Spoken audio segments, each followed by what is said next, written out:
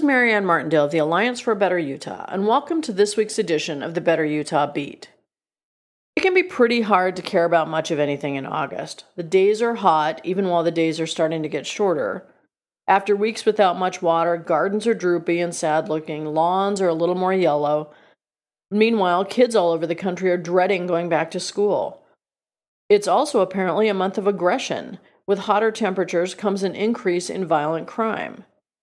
For these reasons, David Plotz, the editor of the online news magazine Slate, wrote a rather brilliant essay several years ago in which he argued for eliminating August. Quote, "Seed the first 10 days of August back to July, thus extending holiday revelry for more than a week.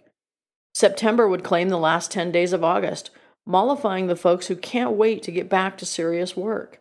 Labor Day would come 10 days earlier. The school year would run longer, and the rush of fall activity could just get jump-started. August itself will keep 10 days. That is just enough. Every summer we'll be able to toot happily. Gosh, August sure went by quickly this year." End quote. But there is something you should care about this August: municipal primary elections. Early voting for municipal elections is currently ongoing, and the final day of voting will be August 13th. Unfortunately, voter turnout for municipal elections is abysmally low, and it's even lower for the primaries. The Daily Herald, Utah County's paper of record, has reported astoundingly low early voter turnout rates for many of the county's cities this year. In Provo, only 47 ballots have been cast so far. Spanish Fork has seen 23 voters, and Saratoga Springs, home of failed congressional candidate Mia Love, received only 32 votes so far. This certainly fits with historical patterns for municipal voter turnout. In Salt Lake County in 2009, voter turnout for the general municipal election was only 19.5%, and you can bet it was even lower for the primary. For example, over the last 4 years in Weber County, turnout for the primary election was as low as 15%. In 2009, Logan, a town of roughly 50,000 people, only saw 5,000 of them vote for mayor.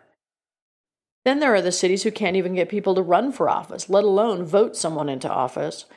Bear River, Corinne, and Fairfield don't have any candidates for mayor at all, and many cities have uncontested mayoral and council races.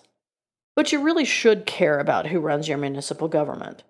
Even though the years in which a presidential election is held have a much higher voter turnout, who you elect to your city council has a far more immediate and local impact. With so few voters in play, council members and mayors often win by just a handful of votes. Logan Mayor Randy Watts won by 251 votes in 2009, while Hyde Park Mayor Brian Cox won by a mere 3 votes. Your vote matters. Your vote literally could be the difference between electing a council member who supports strong municipal infrastructure and one who would prefer to sell off public services to private companies. Your vote could be the difference between someone who is intent on raising your property taxes and someone who's more fiscally conservative. Your vote for the President of the United States? Well, it's 1 in 100 million. Your vote for City Council? It's 1 in 1,000, maybe even only a few hundred. The odds are definitely in your favor. So even though August might not be our most interesting month here in Utah, the primary elections still make it a month worth paying attention to.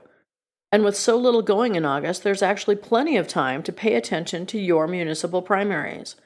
If you haven't checked out your candidates yet, do it now. August 13th is just around the corner. This is Marianne Martindale with this week's edition of the Better Utah Beat. Have a great week, and remember, together we can make a better Utah.